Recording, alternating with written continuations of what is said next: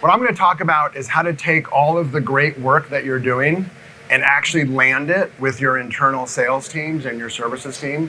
We just had a great talk about all the positioning and all the campaigns and all the things that you're doing, but I'll bet a lot of you have a hard time actually seeing that land with the sales teams, with the services teams, with your partner sales, partner services team, and I want to talk about that. So before joining HighSpot, I used to work at Microsoft, and rather than have a team of 1, we had a team of 400 in my team, and we had 100 product marketers. And I would say it's fair to say that we took that job very passionately, very seriously. We understood our products, we understood our competitors, we understood all the different personas. We thought long and hard about positioning, long and hard about messaging. We built lots of content. We actually built tens of thousands of pieces of content to support the $20 billion business that I was in charge of in marketing. And we were a mature team, so we knew not to just take all that wonderful work that we were doing and throw it over the wall. So we had dedicated people in the team to land it by audience, so what you would now call enablement. We didn't call it enablement back then, but there were enablement people. And we ran the playbook. We put it on the portal, we did webinars, we did email blasts, we actually flew around the country, we flew around the world and did expert sessions. And one of the things that I did as part of that job is I flew hundreds of thousands of miles. I would land in a country, I would talk to the leadership team, I would go on a sales call, I would linger on phone calls, and for those of you who've been doing this for a while, you know the end of the story. They weren't using our content, they weren't using our messaging, they weren't using our positioning, and they were talking about the product in ways that weren't inspiring to us at all, having worked so hard back at HQ. And this happens starting from small companies all the way up to these very large institutions. So the question is why? And I want to talk to you today about why and give you some new ideas and some new tools about how to actually solve this problem. So when this was happening, we asked ourselves why, we asked our teams why, we asked the audiences, we started talking to lots of other companies, all different sizes. As part of HighSpot, I've talked to literally thousands of companies, different industries, different geos, different sizes. And the thing that's interesting is it's kind of a universal truth. Every product marketer I talk to basically says they do a ton of work, and then if they ever get near a sales call or a services call or talk to a partner, they can't believe how much that work is not being leveraged. And then you've heard all of these stats, and they're kind of tired and trite. I'll just mention them, but you've heard them 1,000 times. 70% of product marketing content is never used by the intended audience, sales and services. So if I built 10,000, and we really did work hard, if I built 10,000 assets as part of my Microsoft team, literally 7,000 assets were not being used. The ironic thing is that product marketing is frustrated, but sales is frustrated too, because they spend 4 to 8 hours a week, so 20-25% of their time, recreating content that already exists. So product marketing is frustrated, sales is frustrated, services is frustrated, and the question is, what can we do about it? So let's talk about the conventional wisdom, and then I'm going to give you a spoiler alert, which is the conventional wisdom is half the answer, and I'm going to hopefully give you an idea for the second half of the answer. So the first part of the answer is content management. Everyone tells you you're in product marketing, you have a content management problem. What they mean by that are things like findability, so search, recommendations, browsing, analytics, and governance. And the truth is, for most of you, you do have a content management problem. And you do have to solve it, and it's hard to solve, and I'll talk a little bit about it. The trick, though, is that what we've learned is that if you solve the content management problem, the content that you produce, the positioning, the messaging, it still won't land. So let's talk about content management, and let's talk about what you need to do differently once you have content management under control. So the first part of content management is findability. So it's searching and browsing and recommendations. The first question I always ask is, why do I have to worry about that stuff? I did the webinar, I did the email blast, I did all these internal things. The problem is, for most of your customer-facing teams, when you did it, didn't matter to them at all, because it wasn't relevant at the time. Your launch was interesting, maybe, if they were selling that product the day you launched it, probably they weren't. When they became relevant, now they have to find it, and they have to use search and recommendations and browsing. The thing that I see the most problematic when you're thinking about this space is you should be loving your content and all of the things that you produce as much as like Amazon.com loves their products. So you should have an Amazon.com-like experience for your stuff. So if you don't have great search, you probably should fix that. If you don't have great ways to browse your content, and you're making your poor sellers and your service people do files and folders and all sorts of old school stuff, you should probably go fix that. So you need to get that under control. You need to have modern analytics. You need to know what problem you're trying to solve. So one problem might be that no one ever finds your content. That's that 70%. That's probably an awareness problem, maybe an education problem. It might be the case that people are definitely finding your content. They just don't like your content. They're not deciding to share it. That's a different kind of problem. That's a quality problem, maybe also an education problem. Maybe they find your content, they love your content, they share it with the prospect, and the prospect doesn't care and doesn't drive any revenue. Modern analytics can tell you what is the problem you have with your content so you can begin to optimize it. And then finally, governance. You need to version it. You need to make sure it's fresh, all of those things. And this is hard. I don't want to diminish this. You can get a modern platform that we do this for a living. You have to go do this. But the thing I'll say is, once you get this done, you're halfway there. And I'll talk about the next half now. So before I talk about what the next part of the solution is, we have to kind of agree on what the goal is that you will do for a living with respect to the sales and services team. And what I'm going to say is that your goal is to elevate the conversation that your customer-facing teams are having to win and keep customers. Now, you might think that sounds pretty darn simplistic. Clearly, winning and keeping customers is a lot more than about the conversation that the sales team and the services team is having. And that's true. You have an entire product strategy. You have an entire go-to-market strategy. But here's the thing to think about. If the entire product strategy that you're proud of and the entire go-to-market strategy that you're super proud of doesn't land in the conversation that your customer-facing teams are actually having with customers, then it totally dilutes your advantage. It totally dilutes your strategic advantage.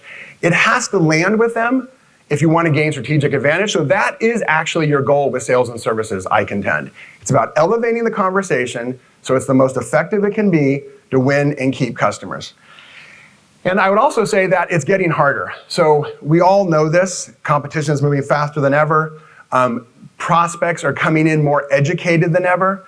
I can't tell you how many times I talk to a product marketing team and they'll give me a story about the fact that they listened in on a call, like a recorded call, and the prospect was more informed than their person because they had done the research, they had gone on to things like G2 Crowd, they had looked at social media, they had gone to their network, they knew a lot about the product. So winning customers and keeping customers and exceeding their expectations is super hard. So all the work that you do is super important, but you got to get them to use it, and that's what I want to talk about. So in a world where this is what you have to go do, let's talk about very specifically what we mean by a customer conversation, because that sounds pretty highfalutin and kind of abstract. What I mean by a customer conversation is that every time, for every situation, for every persona, that customer-facing person, that salesperson, that services person, whatever, knows what to know, what to say, and what to show. And this is one of those weird things that is really easy to state and really hard to get right. So, and if you think about it, if you step back and you think, what if all of my customer-facing teams used all of my stuff, product messaging, positioning, content, and for every situation, for every objection, for every event like this, they truly knew what to know, what to say, what to show, it would change your stars. You would literally increase your win rate, you would increase your deal velocity, you would increase your retention, your stars would be changed. So the question is, how do you land all the work that you do so that your customer-facing teams know, what to say, and what to show? And that's what I want to spend the next few minutes talking about. So, content management is half the solution. So the question is, what's the other half of the solution? It's guidance. You have to give the sales and services team an instruction manual on what you want them to do with your content. If you don't give them the instruction manual, they will absolutely make it up. And that's when you get on the call and you're like, oh my God, how did you make it up? That's not what I intended at all. But you never wrote down what you wanted them to know and say and show. So you have to go do that. So let's talk about what that actually means. So guidance is this really interesting thing. Guidance is pivoted around action. It's things like an objection. I get an objection by a certain persona in a certain segment, and what do you want me, the services person or the salesperson, to know and to say and to show? Or compete, or cross-sell, or upsell. The other thing that's really interesting as marketers is we tend to think in terms of content and segmentation and personas and all of those kinds of things. The sales and services team tend to think in action. They tend to think about things like, you hear about sales motions, upsell motions, cross-sell motions. And so they think in action and we think in content. And the guidance, guidance is the bridge between those. Guidance takes your content and wraps it in action so that the sales and services people know what to do with it. So what is a piece of guidance, just very concretely? A great example of guidance would be a sales play. We're talking about launch. Here's a launch sales play. It literally says for the person what to know, what to say, and what to show. So you have this bomb right now, this bill of materials, you have all your stuff laid out, and then you handed it very beautifully and nicely to the sales team. But you never told them how to action that in all the situations that they're going to be in. That's what guidance does. It really wraps it into action. So if you think about it, guidance is the thing that turns content into action, and I would contend guidance is a bridge between marketing and sales. Because you have marketing thinking in terms of content, not exclusively of course, but mostly thinking in terms of content and the bill of materials that we produce for the various things. And you have sales and services thinking about things in terms of the actions that they have to perform. Guidance is a bridge, and in fact, in teams that adopt this, what you'll see is they actually start talking differently. Sales doesn't ask PMM for a piece of content. They say, hey, I need a play on the objection for North America for this competitor. What do I do? And then you say, here's the play, and we'll talk about how you build those plays. It's not easy. Here's the play, and here's 4 pieces of content. The battle card, the compete, tear down, all the things that you are already doing. But now it's wrapped in the context that I, as a salesperson or a service person, can actually use. Okay, so the good news is this truly works. The bad news is it's actually a little bit hard.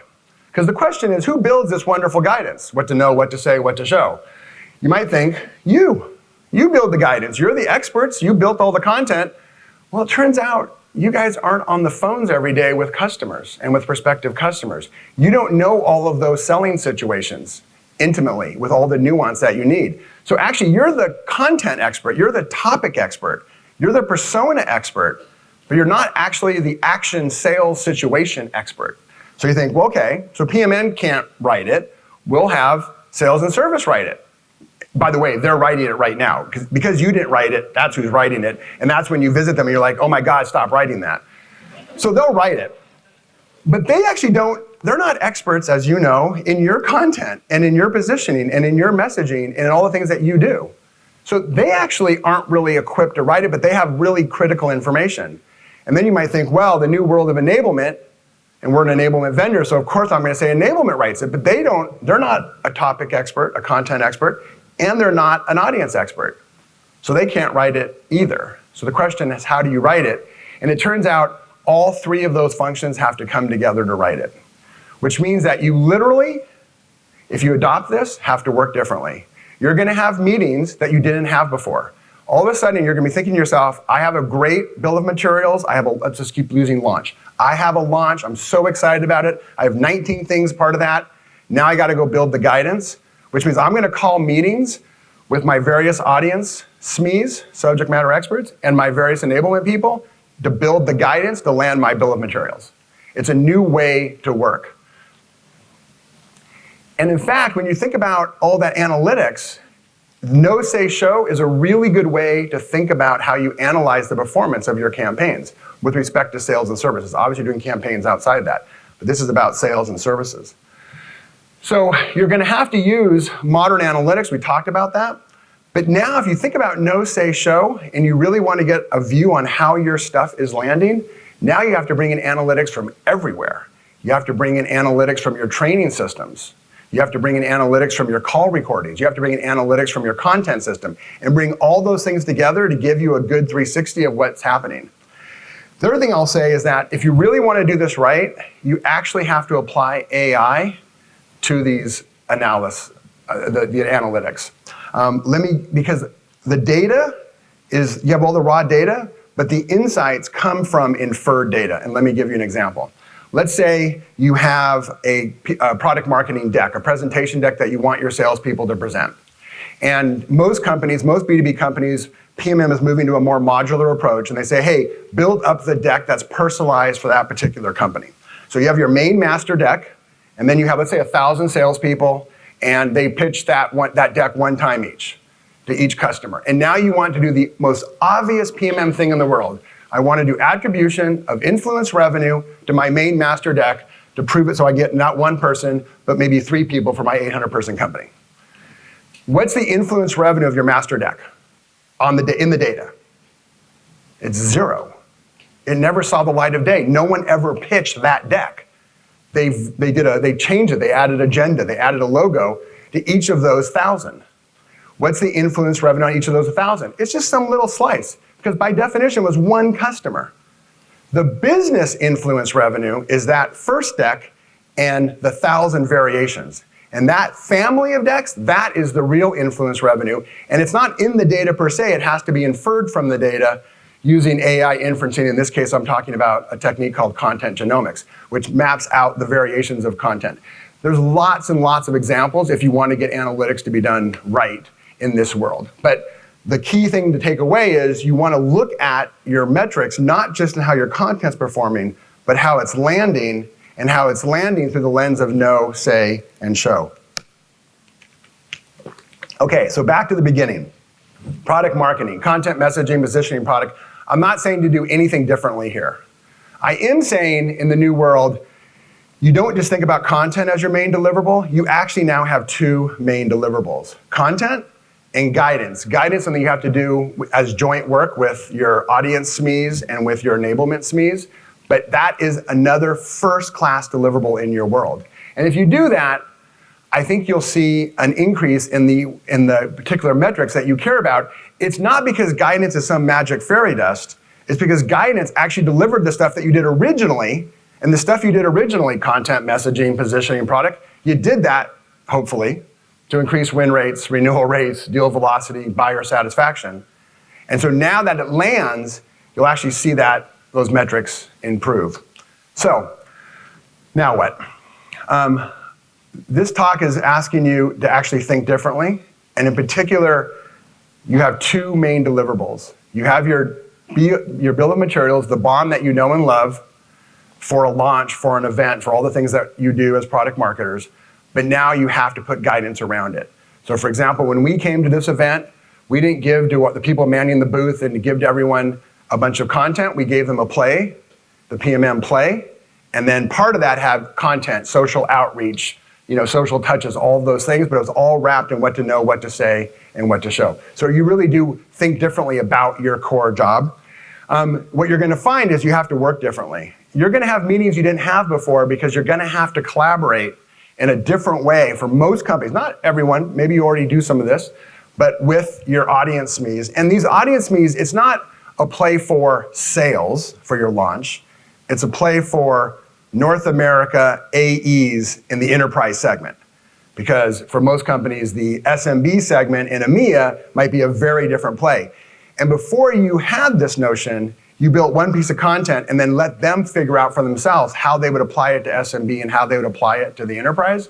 Now you're gonna help them through this guidance. And the difference about thinking differently and working differently is that guidance. This notion of guidance in your system as a first-class deliverable. So, thank you so much, and happy to talk more questions, and also at booth 15 if you have other questions. Thanks, Robert. Let's definitely do questions. What? We have time for questions. Okay, great. Let's do questions. Any questions?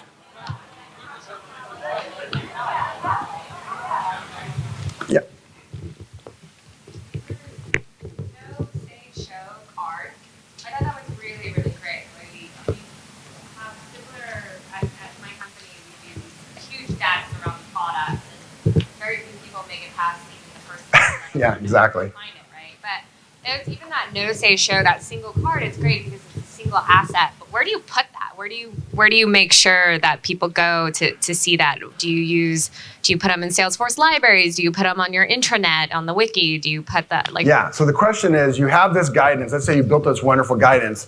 Where do you put it?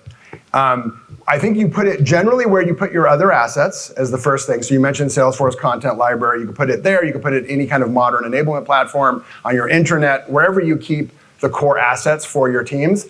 But the trick is, and it has to be findable, it has to be governed and all those things, but the trick is it has to be at the moment of action.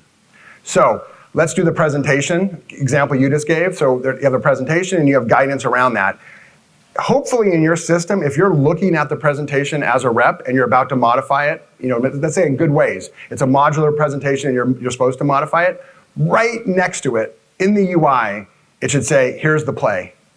And then it says, I'm going to click on that play, and I get the no say show, and it references that piece of content. And by the way, the other 4 pieces of content they should have. And if you really integrate this, it'll say, and by the way, I noticed that you didn't take the training. So can you just watch this 2-minute video, please, before you actually pitch, a big enterprise company? All that should be at the moment of action. And that's the key thing. Whatever system you use, bring those things together. Okay, thank you. Great, thanks.